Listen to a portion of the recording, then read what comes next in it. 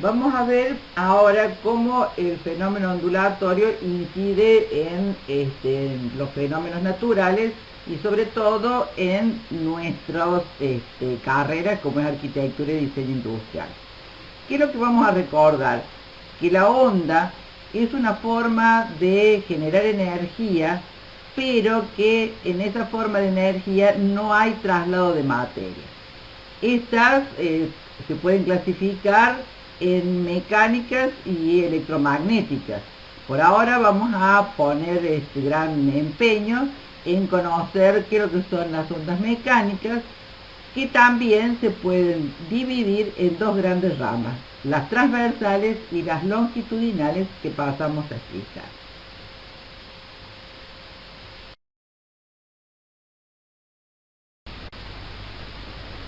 Las ondas mecánicas pueden ser transversales o longitudinales. Aquí vamos a llamar ondas transversales aquellas cuyas oscilaciones son perpendiculares a la línea de propagación de la onda.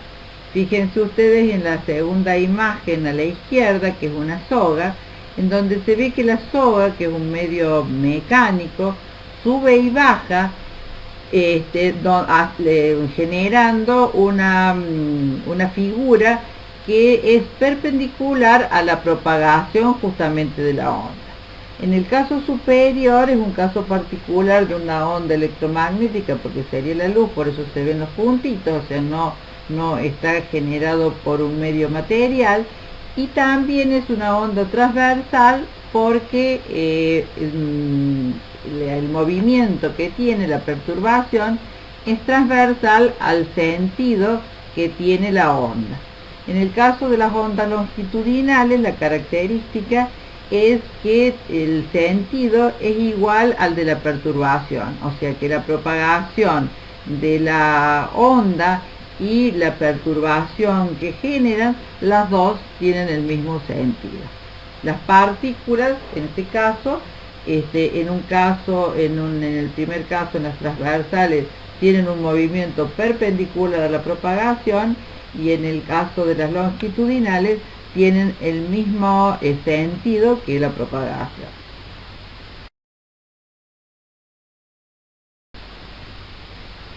El sonido es el producto de un movimiento ondulatorio que propaga energía de un lugar a otro sin transferencia de materia. La forma en que se propaga el sonido justamente es por ondas, llamadas ondas sonoras, que son ondas mecánicas longitudinales. El sonido es en el medio físico que estimula el sentido del oído. Este cuerpo, digamos, puede a través de él mandar señales al cerebro, y el cerebro, mediante estas vibraciones que se han producido en el interior del tímpano, puede descifrar justamente los diferentes sonidos que son emitidos dentro de un medio material. En definitiva, de acuerdo a la velocidad que tenga la onda, va a depender del material que se trate, porque siempre son ondas mecánicas, o sea que son transferidas dentro de un medio mecánico, y esto va a dar diferentes tipos de formas de aceptarlas o de recibirlas en el cerebro. Así va a ser diferente lo que va a recibir el cerebro si toca una onda, o sea, se realiza una acción mediante la vibración de un diapasón, de una flauta, de un violín, de una voz o de un clarinete, ya que esas ondas van a tener diferentes gráficas, sus valles, sus alturas, sus longitudes van a ser distintas, y estas perturbaciones son las que a través del tímpano, mediante todos los elementos que tiene el oído, manda al cerebro. El cerebro hace una lectura y puede justamente percibir el elemento del que se esté tratando.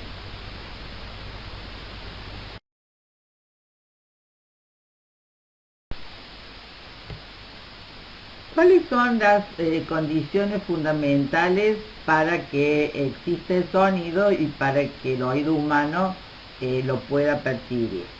Por un lado, tiene que existir justamente una fuente emisora, que puede ser una voz humana, un instrumento musical o cualquier elemento que justamente ponga en vibración las partículas del aire, del agua o de cualquier sólido. Por otro lado, tiene que haber un receptor, o sea que tiene que estar un oído humano o un instrumento apropiado que pueda percibir justamente esa vibración. Y por el otro lado, tiene que existir el medio elástico de propagación de sonido, que puede ser un sólido, como ya lo dijimos, un líquido o un gas.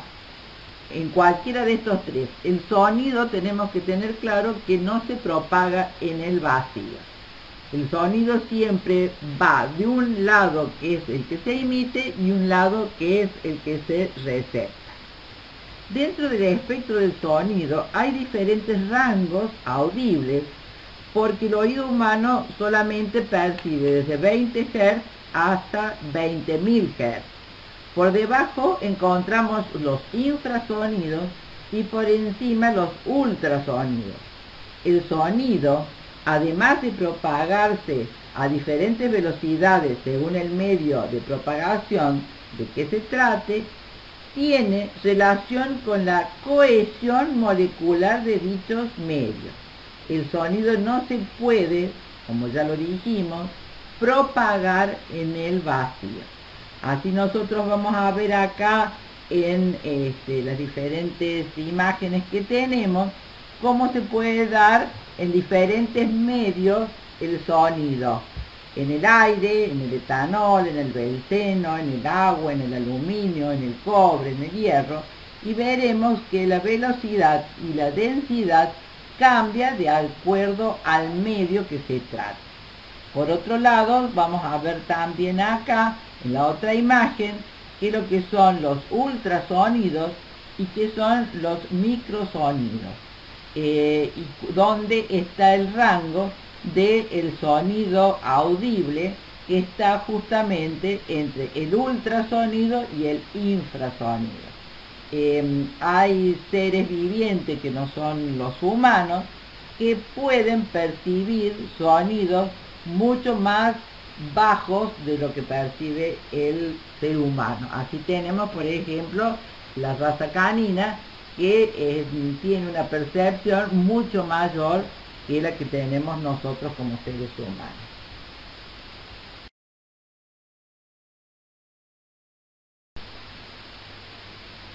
Vamos a hablar ahora de las características psicofísicas del sonido. Ello tiene que ver justamente cómo el sonido influye en el carácter y el bienestar de las personas. Y depende de algunos elementos, como son la intensidad del sonido, la altura o tono y el timbre. ¿A qué vamos a llamar intensidad del sonido? La intensidad del sonido es mayor cuando mayor es la amplitud de onda, como vemos acá en la primera figura a mano izquierda. La altura del sonido depende de la frecuencia de onda. Cuando las frecuencias son bajas, el sonido es grave, y cuando las frecuencias son altas, el sonido es agudo. Y por último tenemos el timbre, que el timbre depende del instrumento, o es algo característico de cada elemento que emite justamente ondas vibratorias, como son el sonido. ¿Cómo podemos medir, cuáles son las unidades y magnitudes para medir el sonido? Las unidades utilizadas para medir son los NIS, que significan niveles de intensidad sonora, y se relacionan con los conceptos de flujo de energía, presión sonora e intensidad de decibeles. Nosotros vemos acá en la tabla que está a la derecha que cada fuente sonora tiene diferentes decibeles, como puede ser desde el murmullo hasta una orquesta sinfónica que va desde 10 a 120 decibeles. Dentro de el instrumento para medir los decibeles se llama decibelímetro y normalmente todo lugar habitable necesita tener un buen acondicionamiento con respecto a los decibeles para un buen desarrollo de la vida del hombre dentro de esos ámbitos.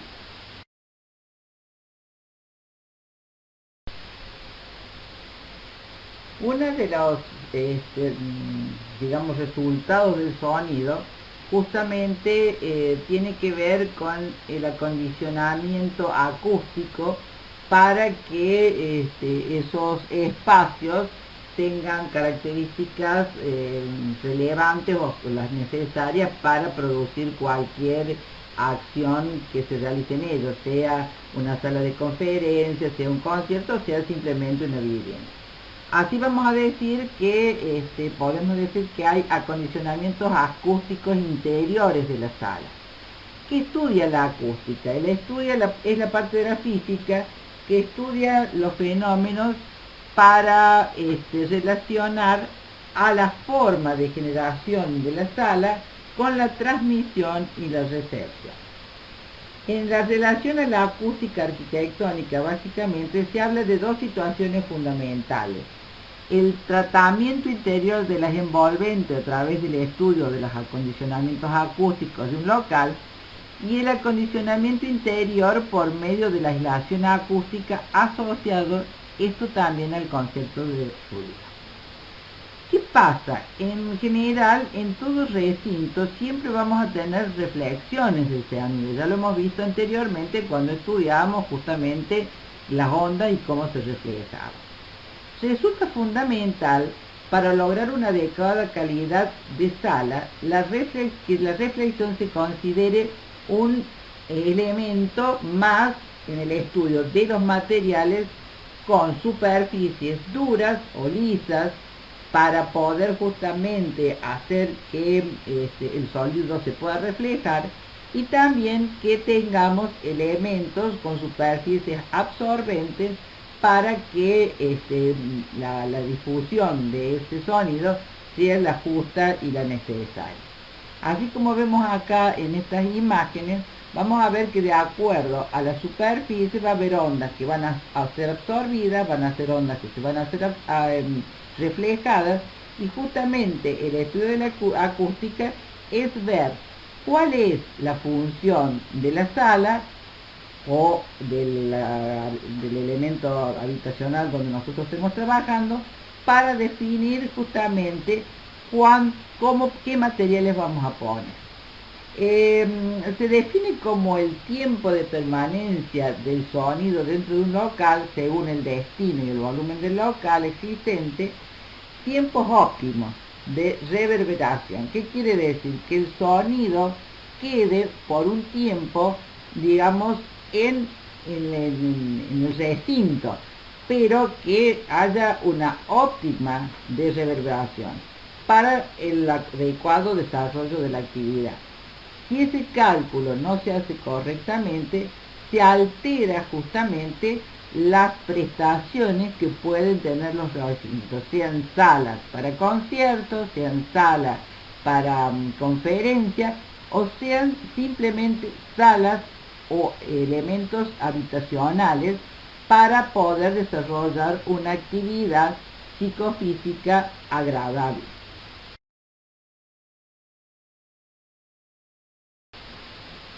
Recién hablamos que la reverberación en ciertos niveles es necesario en salas de concierto, en salas para conferencias y en ámbitos para habitar.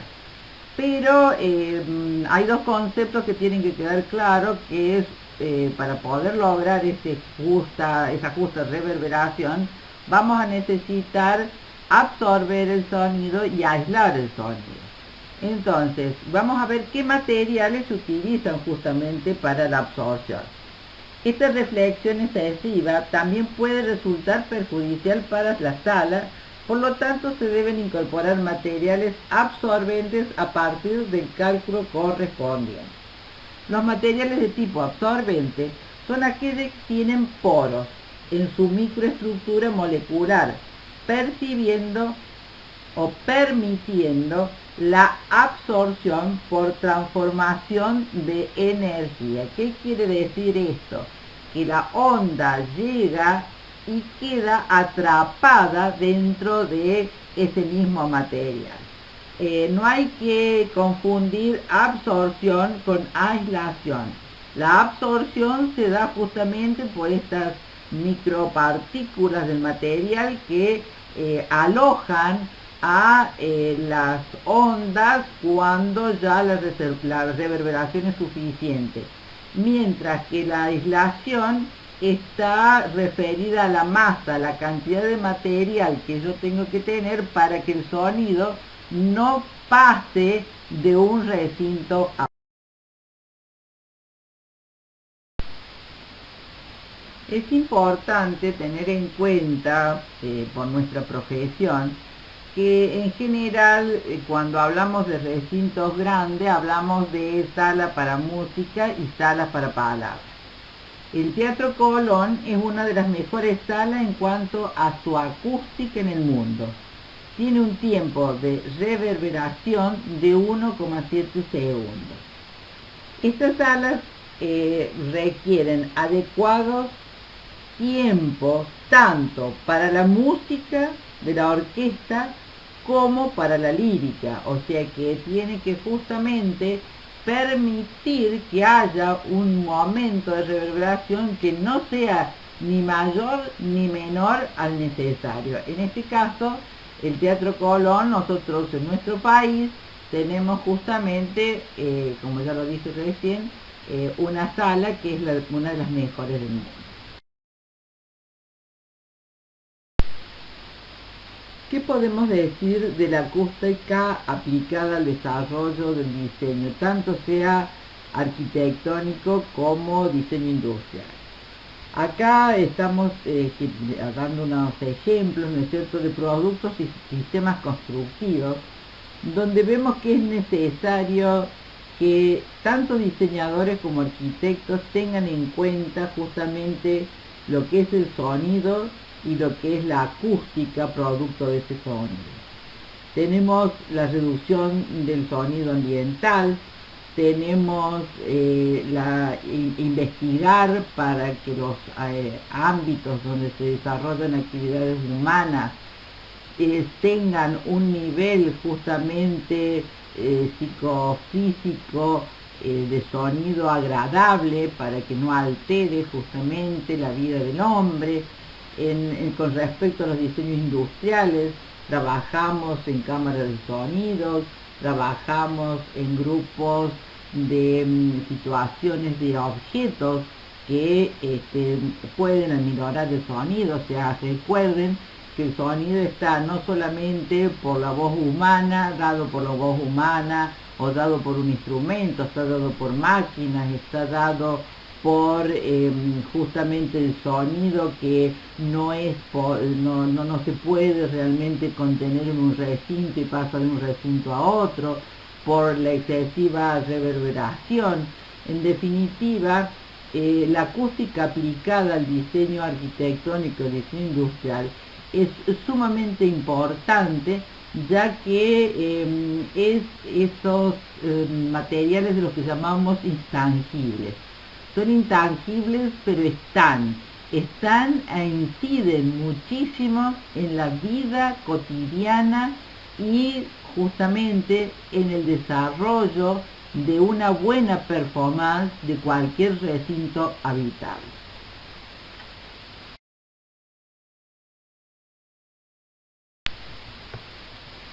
Para continuar con los temas que estamos estudiando sobre ondas, vamos a hacer una breve recordatorio de lo que son las ondas electromagnéticas.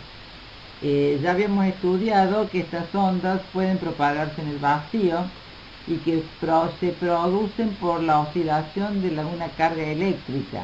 Las ondas electromagnéticas tienen componentes eléctricos y magnéticos. La luz y como manifestaciones de energía se encuentran dentro de este grupo de estudios y para ello es posible asociarla a un espectro electromagnético característico. Como vemos acá en la imagen, vemos que dentro de estas ondas electromagnéticas tenemos los rayos gamma, los rayos X, la radiación ultravioleta, la luz visible, la radiación infrarroja, las microondas y las ondas de radio. Por ahora vamos a ver justamente el efecto que tiene que ver con la luz.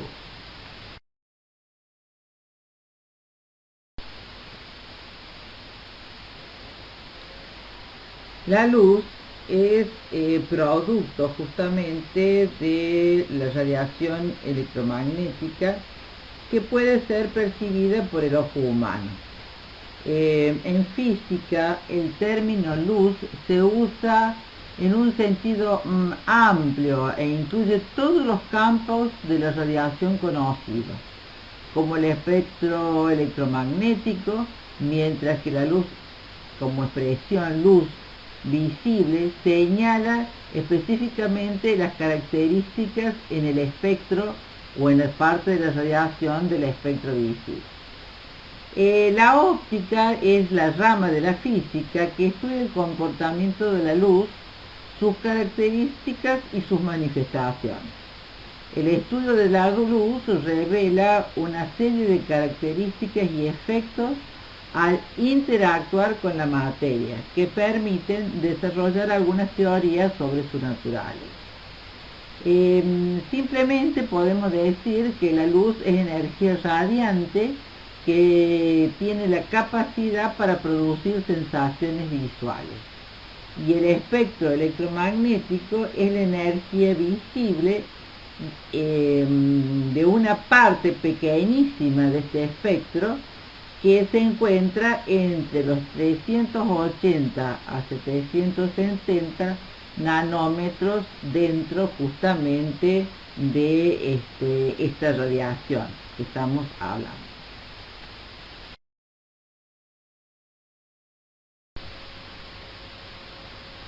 En principio, la luz es una onda electromagnética y viaja en el vacío, pero también puede viajar en diferentes medios cambiando su velocidad. La velocidad de la luz en el vacío, por definición, es una constante universal que mide el valor que se le ha dado de acuerdo a estudios universales, es de 299.792.458 metros sobre segundo, aproximadamente. Suele aproximarse a 3 por 10 a la octava. De acuerdo al medio en que viaje este fenómeno, va cambiando. Así vemos en la planilla que tenemos a la derecha, que en el vacío se toma como 300.000 kilómetros por segundo, en el aire viaja a 299.910, en el agua a 225.564, y así va bajando su velocidad hasta llegar al diamante. Nosotros vemos normalmente la luz, que es la luz blanca, puede transformarse o puede dividirse de acuerdo al prisma en los diferentes colores, ya que la luz blanca está compuesta por todo el espectro electromagnético que hemos visto, que va desde el infrarrojo hasta el ultravioleta. Además de esto, podemos decir que a través de la luz, nosotros también lo que vamos a ver es justamente todos los elementos con los que trata la óptica geométrica, la óptica ondulatoria, la óptica electromagnética y también el comportamiento de la luz con respecto a la materia, ya que realmente los sistemas materiales que nos rodean no son luminosos. Su visibilidad resulta de la interacción entre la materia y energía, es decir, de la cualidad de las superficies que delimitan los objetos para reemitir o transmitir la luz proveniente de fuentes luminosas primarias o secundarias. Cuando la luz que incide en una superficie retorna al medio de donde provino, el fenómeno es la reflexión. Si la luz atraviesa un material transparente, el proceso producido es el de refracción. En general, en la relación materia-energía se superponen acciones de reflexión, refracción y absorción. Lo podemos ver claramente a todo esto que estamos viendo en esta imagen de un elemento filar en un vaso donde la luz ilumina, ¿no es cierto?, y hace, podemos observarlo como que se quiebra cuando pasa de un medio a otro de acuerdo al color que tiene el objeto.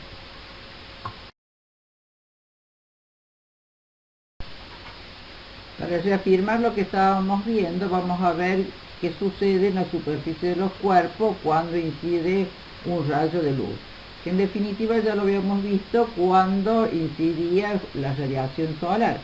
Los cuerpos pueden absorber, refractar, reflejar o transmitir ese rayo.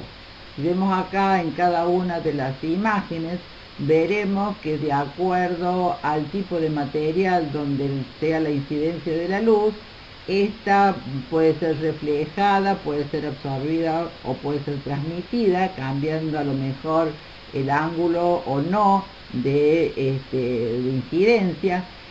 También cambia de acuerdo al medio en el cual haya sido esté incidiendo el rayo, y también cambia de acuerdo a la superficie, o sea que la reflexión de la luz en los diferentes materiales a veces refleja de forma totalmente, digamos, despareja, porque la superficie, como lo estamos viendo acá en la imagen izquierda inferior, tiene muchas imperfecciones, mientras que si fuera especular directamente, el radio de incidencia sería igual que el radio refleja, o tendría el mismo ángulo.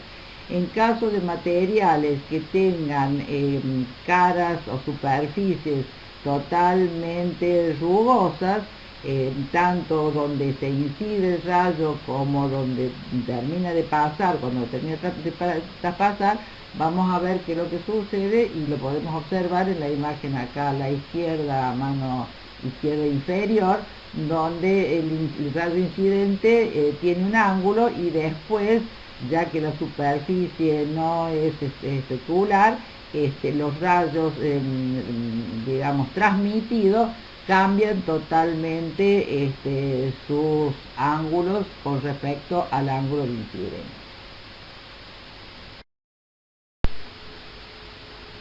Bueno, hablando de la luz, uno de los factores en los cuales incide la luz es justamente el color. ¿Qué podemos decir del color? El color es una sensación que se produce o es producida por los rayos luminosos en los órganos visuales y que es interpretada por el cerebro. Se trata de un fenómeno físico-químico donde cada color depende de la longitud de onda. Los cuerpos iluminados absorben parte de las ondas electromagnéticas y reflejan las restantes. Dichas ondas reflejadas son capaces de ser captadas por el ojo humano y, de acuerdo a la longitud de onda, son interpretadas por el cerebro. En condiciones de poca luz, el cerebro humano solo puede ver el blanco y el negro. El color blanco es en este sentido el resultado de la superposición de todos los colores. El color negro, en cambio, es todo lo contrario y se define como la ausencia de color. Cabe destacar que se conocen como colores primarios a aquellos que no pueden obtenerse a partir de mezclas de otros colores. Vamos a decir, como vemos acá en este círculo cromático, que los colores primarios son el amarillo y el rojo y el azul, de los cuales devienen los secundarios y por ende después los complementarios.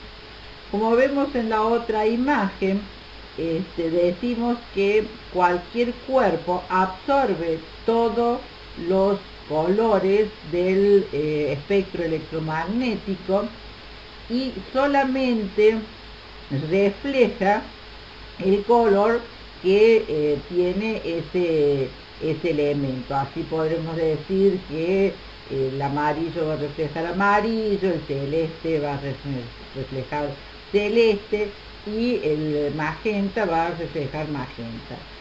Todos los otros elementos, todos los otros factores que hay de colores en la luz blanca son absorbidos por el cuerpo.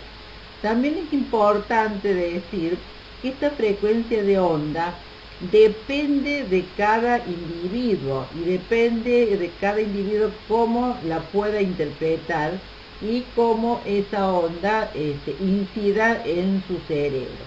No quiere decir que para todos los colores se vean de la misma manera, pero en general las gamas sí. Por ende, en arquitectura y en diseño industrial es muy importante trabajar con estos efectos que nos da la naturaleza, que son justamente la base de los rayos electromagnéticos y que están dando por las radiaciones de la luz, que producen sensaciones psicofísicas importantes en el desarrollo de las actividades humanas. El color incide muchísimo en la forma de actuar de los individuos y tanto arquitectos como diseñadores tienen que conocer esta forma de incidencia psicofísico, ya que es importante para lo que nosotros hemos dado a nombrar como materiales intangibles que ayudan al confort de los espacios habitacionales y también de los objetos.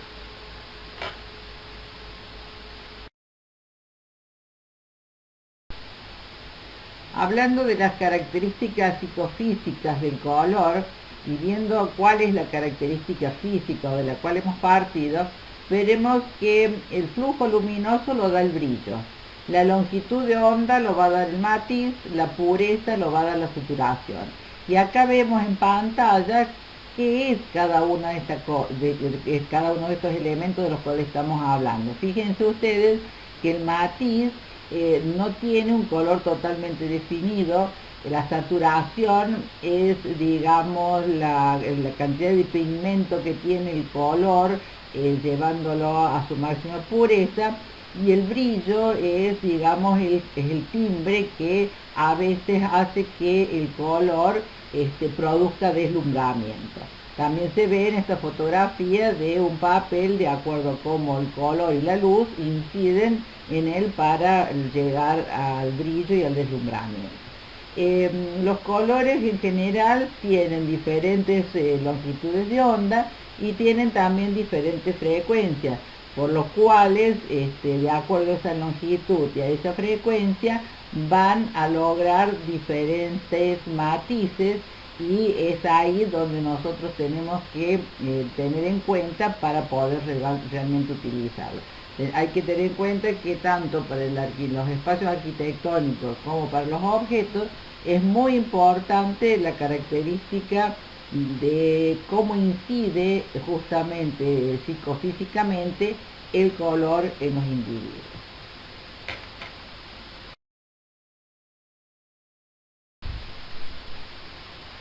Ya hemos estado viendo anteriormente qué es lo que era la óptica y qué estudiaba. Decíamos que la rama de la óptica estudia el comportamiento de la luz y sus características, y también sus manifestaciones. Abarca lo que viene a ser la reflexión, la refracción, la interferencia, la difracción, la formación de imágenes y la interacción de la luz en la materia. Ya de algunos de estos hemos visto, y acá podemos ver en las imágenes, ¿cierto?, como por ejemplo un láser incide sobre un elemento especular y el rayo es igual en la normal. También, de acuerdo a si los elementos son especulares o no, vamos a tener reflexión especular o reflexión difusa, que vemos en la otra imagen. Teniendo en cuenta los rayos reflejados en la especular salen de la misma dirección, mientras que en la difusa los rayos son reflejados y salen hacia diferentes direcciones. ¿Qué pasa con esto? Dentro de la óptica también tenemos las lentes y los espejos. Esas lentes pueden tener diferentes formas, que pueden ser cóncavas o convexas, y de acuerdo a cómo los rayos de luz incidan en ellas, tanto sean cóncavas o convexas, sean espejos o sean lentes, la imagen se van a formar de diferentes maneras.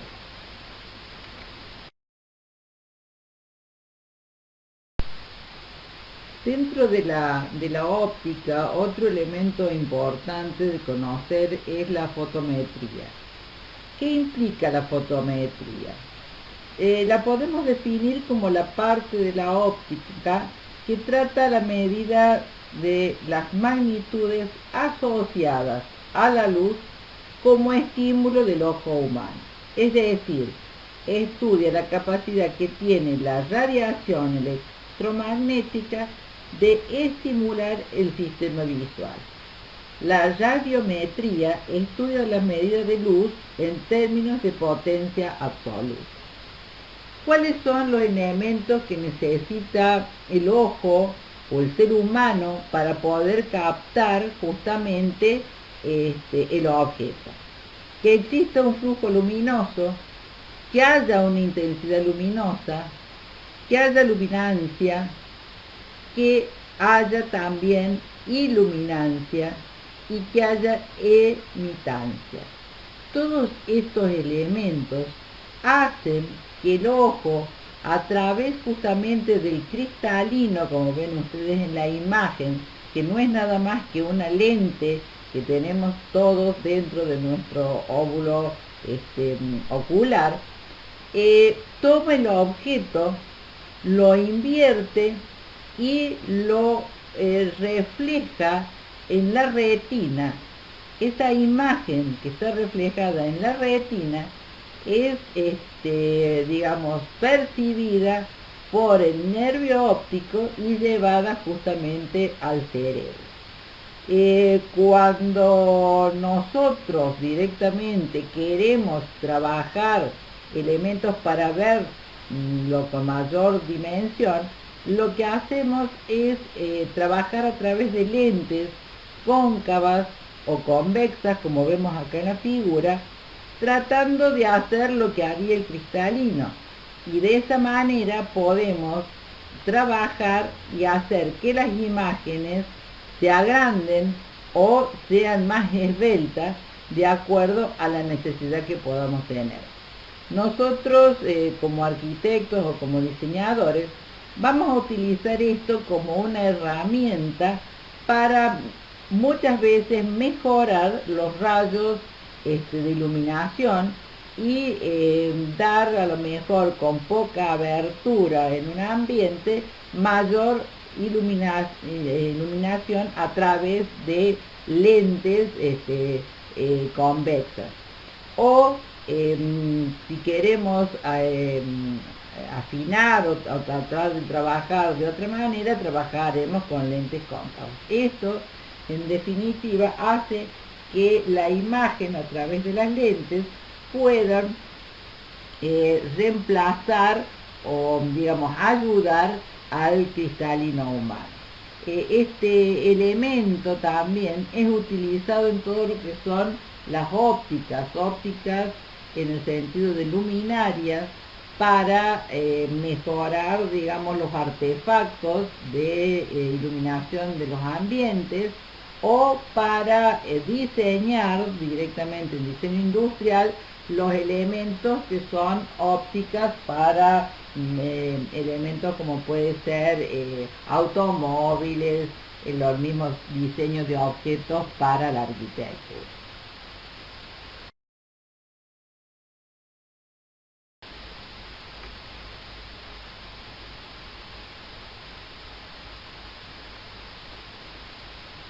Pasamos ahora a ver qué es la electricidad.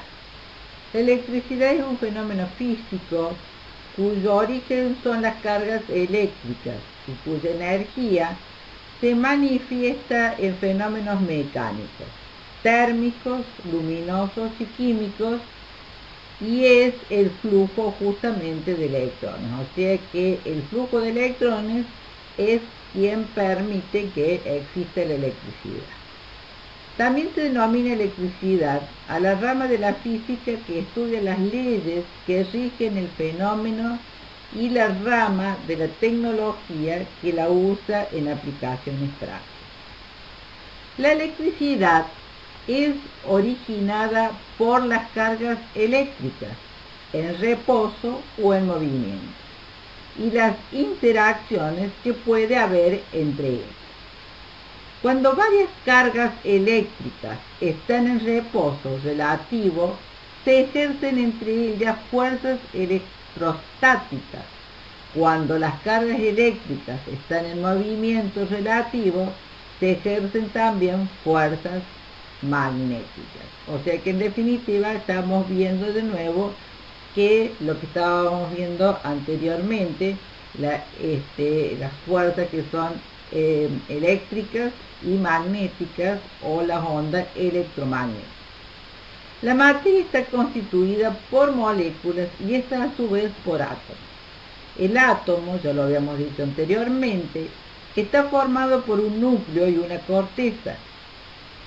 En el núcleo se encuentran los protones y neutrones, en tanto que en la corteza se ubican los electrones girando en torno al núcleo en distintas órbitas. Ya dijimos anteriormente que el flujo de electrones es el que produce la electricidad. Aquí vamos a llamar, dentro de los materiales conductores, aislantes o semiconductores, porque si sabemos que los materiales se componen de átomos, y estos átomos son los que hacen justamente, de acuerdo a los átomos, los elementos, y los elementos las moléculas forman diferentes materiales, y estos materiales pueden ser conductores, aislantes o semiconductores. Conductores quiere decir que conducen la electricidad, aislantes que no permiten, y semiconductores que permiten una conducción no tan elevada. Las propiedades del átomo dependen de cómo están distribuidos los electrones en la corteza. Los que tienen pocos electrones en su última capa y está incompleta, los pueden ganar con facilidad quedando cargados positivamente, como pueden ser los metales.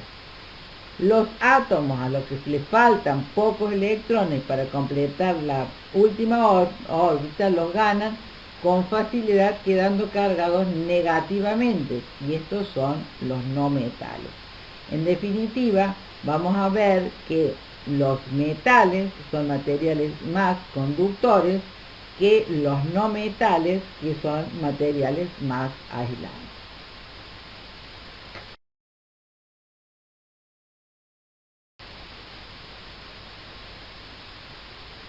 Otro tema importante de conocer, ya que estamos tocando el tema de electricidad, es el de electroestática. ¿Qué estudia la electroestática? Estudia la electricidad del reposo. La electroestática implica las cargas eléctricas, las fuerzas entre ellas, el campo que los rodea y su comportamiento en los materiales. La carga eléctrica es una propiedad intrínseca de algunas partículas subatómicas, perdidas o ganadas por la fuga o la obtención de electrones, que se manifiesta mediante atracciones y repulsiones que terminan las interacciones electromagnéticas entre ellas. Dos cargas eléctricas de igual signo se rechazan y de signo contrario se atraen. Por eso tenemos la ley de Columbus, que dice que la fuerza con que se atraen o rechazan dos cargas eléctricas es directamente proporcional al valor de sus cargas, pero inversamente proporcional al cuadrado de la distancia de separación. Como vemos acá en la figura, dos cargas negativas se rechazan, dos cargas positivas se rechazan y una carga negativa y una positiva se atraen.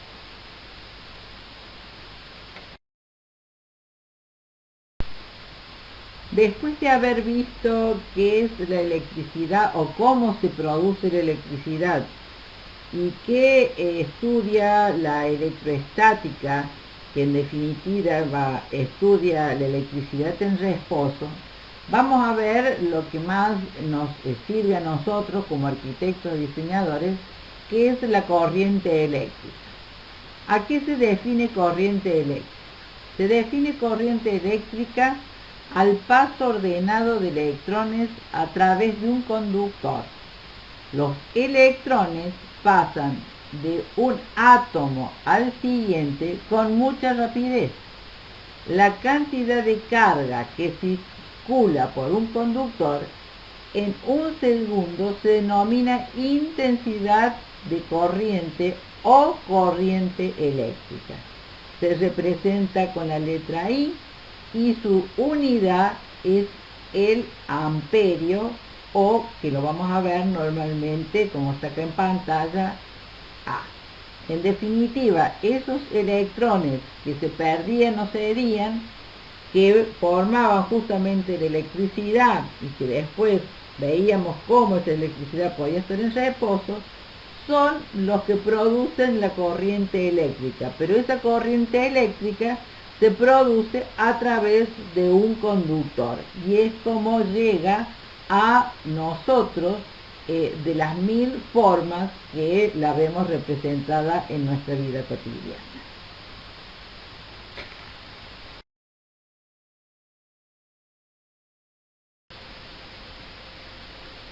Hemos estado viendo lo que es la electricidad y también lo que es la corriente eléctrica, que es muy utilizada en nuestras profesiones.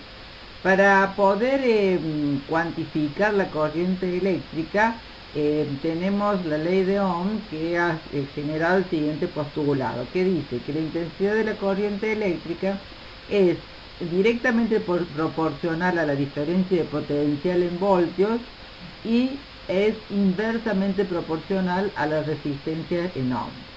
De esta manera nosotros podemos calcular cuánta intensidad de corriente pasa por un conductor y de esta manera podemos diseñar diferentes circuitos eléctricos. Acá en pantalla estamos viendo diferentes circuitos eléctricos en los cuales tenemos justamente, a veces en algunos casos la batería, que es la que genera justamente la corriente eléctrica o la electricidad. Tenemos el interruptor, tenemos los fusibles por si la intensidad es elevada y pueda quemar el objeto que nosotros queremos encender, como puede ser una lámpara. Vemos gráficamente acá donde tenemos la resistencia, que es el elemento que no deja que vayan a pasar más amperes de los que el circuito está calculado. El interruptor, que es el que nos permite en definitiva prender o apagar, digamos, un circuito, y la pila o el elemento que nos genera justamente la corriente eléctrica.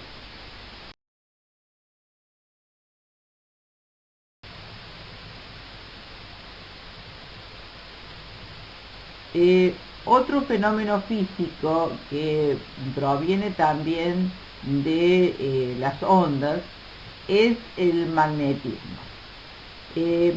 Vamos a definir el magnetismo como un fenómeno físico por el que los objetos ejercen fuerzas de atracción o repulsión sobre otros materiales.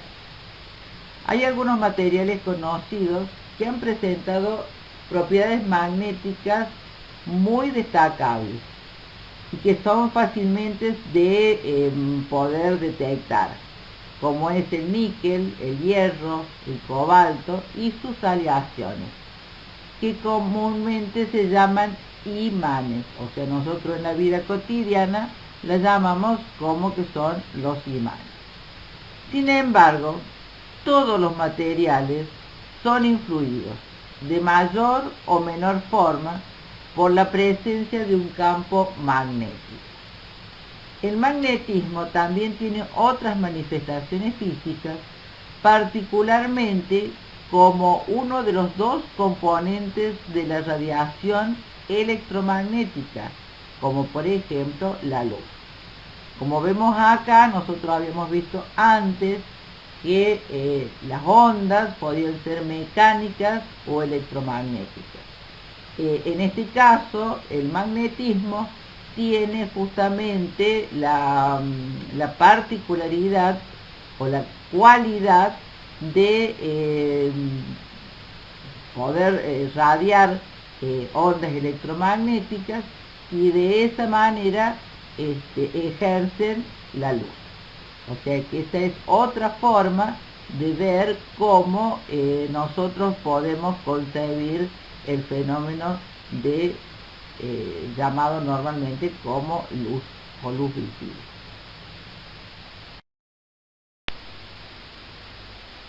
Las ondas existen en la naturaleza y sean ellas mecánicas o electromagnéticas, son usadas por tanto arquitectos como diseñadores industriales.